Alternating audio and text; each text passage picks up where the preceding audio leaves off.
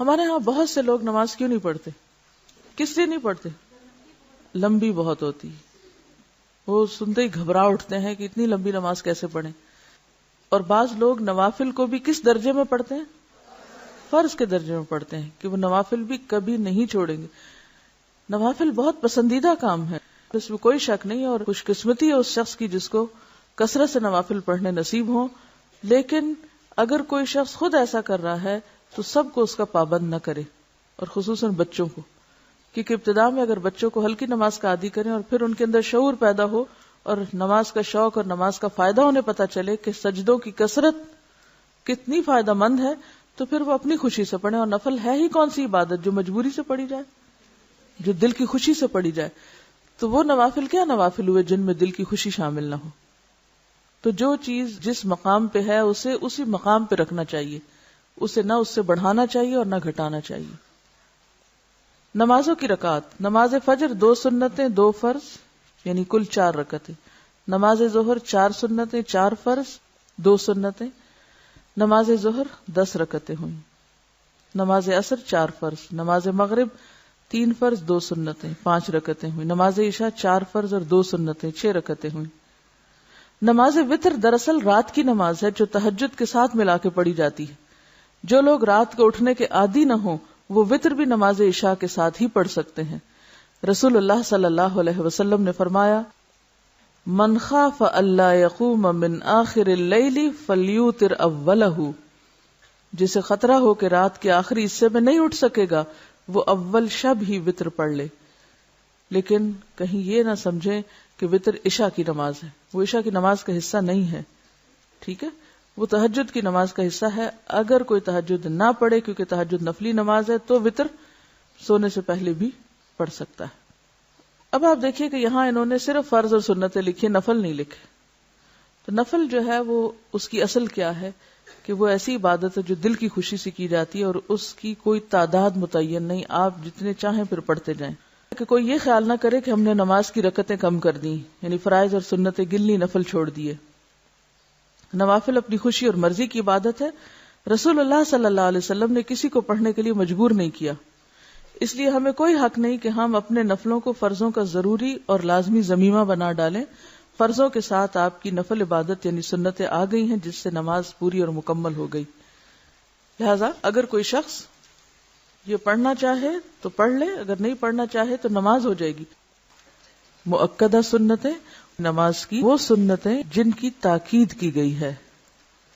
حضرت ام حبیبہ رضی اللہ عنہا کہتی ہیں کہ رسول اللہ صلی اللہ علیہ وسلم نے فرمایا: جو شخص دن اور رات میں فرضوں کے علاوہ 12 رکعتیں پڑھے اس کے لیے بہشت میں گھر بنایا جاتا ہے.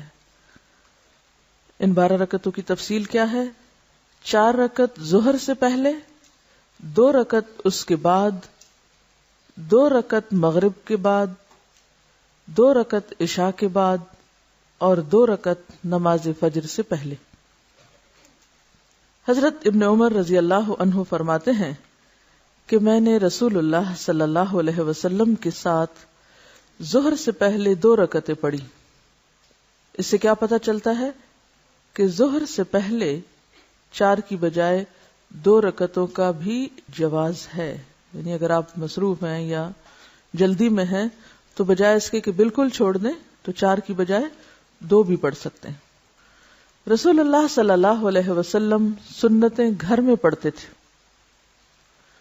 حضرت عبداللہ بن شقیق سے روایت ہے کہ میں نے حضرت عائشہ سے رسول اللہ صلی اللہ علیہ وسلم کے نفلوں کا حال دریافت کیا تو حضرت عائشہ نے کہا: رسول اللہ صلی اللہ علیہ وسلم میرے گھر میں ظہر سے پہلے 4 رکعتیں پڑھتے تھے، پھر آپ نکلتے اور لوگوں کے ساتھ ظہر کے فرض پڑھتے، پھر گھر میں داخل ہوتے اور 2 رکعتیں نماز پڑھتے.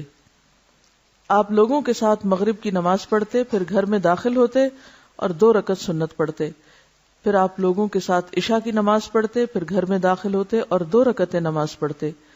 اور رات کو آپ صلی اللہ علیہ وسلم 9 رکعت تہجد کی نماز پڑھتے، ان میں وتر بھی ہوتا تھا. اور جب صبح نمودار ہوتی تو نماز فجر سے پہلے 2 رکعتیں سنت پڑھتے تھے.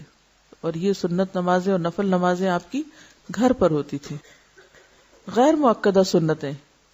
رسول اللہ صلی اللہ علیہ وسلم نے فرمایا جو شخص عصر سے پہلے 4 رکعت سنت پڑھے اللہ اس پر رحمت کرے. یعنی شوق دلایا گیا ہے، تاکید نہیں. مغرب سے پہلے 2 رکعتیں. رسول اللہ صلی اللہ علیہ وسلم نے 2 مرتبہ فرمایا مغرب سے پہلے 2 رکعتیں ادا کرو. تیسری بار فرمایا جس کا جی چاہے، یعنی بھی غیر مؤکدہ ہے. یہ اس لیے فرمایا کہ کہیں لوگ اسے سنت مؤکدہ نہ بنا لیں. جمعہ کے بعد کی سنتیں. نبی صلی اللہ علیہ وسلم نے فرمایا جب تم جمعہ کے بعد نماز پڑھنا چاہو تو 4 رکعت ادا کرو. معلوم ہوا کہ جمعہ کے بعد 4 رکعت سنت پڑھنی چاہیے، اور اگر کوئی 2 رکعتیں بھی پڑھ لے تو جائز ہوگا. حضرت ابن عمر رضی اللہ عنہ روایت کرتے ہیں کہ رسول اللہ صلی اللہ علیہ وسلم جمعہ کے بعد کچھ نماز نہیں پڑھتے تھے، یہاں تک کہ اپنے گھر آتے تو 2 رکعت پڑھتے، کہ مسجد میں 4 سنتیں 2 کر کے پڑھے، اور اگر گھر میں آ کے پڑھے تو 2 سنتیں پڑھے. ٹھیک ہے، یعنی آپ دیکھیے کہ یہ جو اوپر 2 تطبیق ہے نا، تو ایک آپ صلی اللہ علیہ وسلم کا قول ہے کہ اگر کوئی جمعہ کے بعد نماز پڑھنا چاہے تو 4 رکعتیں پڑھے. لیکن آپ کا عمل کیا تھا گھر میں، کہ آپ نے گھر میں 2 رکعت پڑھی. تو علماء نے کیا کہا کہ مسجد میں پڑھنا چاہے تو 4 پڑھے، گھر پڑھے تو آپ کی سنت کی پیروی میں 2 پڑھ لی. فجر کی سنتوں کی فضیلت. حضرت عائشہ کہتی ہیں کہ رسول اللہ صلی اللہ علیہ وسلم نے فرمایا فجر کی 2 سنتیں دنیا اور جو کچھ دنیا میں ہے اس سے بہتر ہیں. فجر کی 2 سنتیں دنیا اور جو کچھ دنیا میں ہے اس سے بہتر ہیں. حضرت عائشہ رضی اللہ عنہا سے روایت ہے کہ رسول اللہ صلی اللہ علیہ وسلم نوافل یعنی سنن میں سے کسی چیز پر اتنی محافظت اور مداومت نہیں کرتے تھے جس قدر فجر کی 2 سنتوں پر کرتے تھے.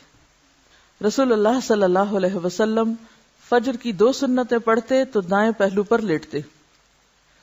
فجر کی سنتیں فرضوں کے بعد بھی پڑھ سکتے ہیں. اگر آپ ایسے وقت مسجد پہنچے کہ جماعت کھڑی ہو گئی ہو اور آپ نے سنتیں نہ پڑھی ہوں تو اس وقت سنتیں مت پڑھیں، کیونکہ رسول اللہ صلی اللہ علیہ وسلم نے فرمایا جب نماز کی اقامت ہو جائے تو فرض نماز کے علاوہ کوئی نماز نہیں ہوتی. اس لیے اگر جماعت کھڑی ہو تو سنت چھوڑ دیں، فرض پڑھیں اور فرض کے بعد سنت پڑھ لیں. اور اگر آپ گھر میں ہی نماز پڑھیں جیسے خواتین اور آپ کی آنکھ دیر سے کھلی ہے، وقت صرف اتنا ہے کہ یا تو سنت پڑھیں گے یا فرض، تو پھر دونوں میں چوائس کس کی ہوگی؟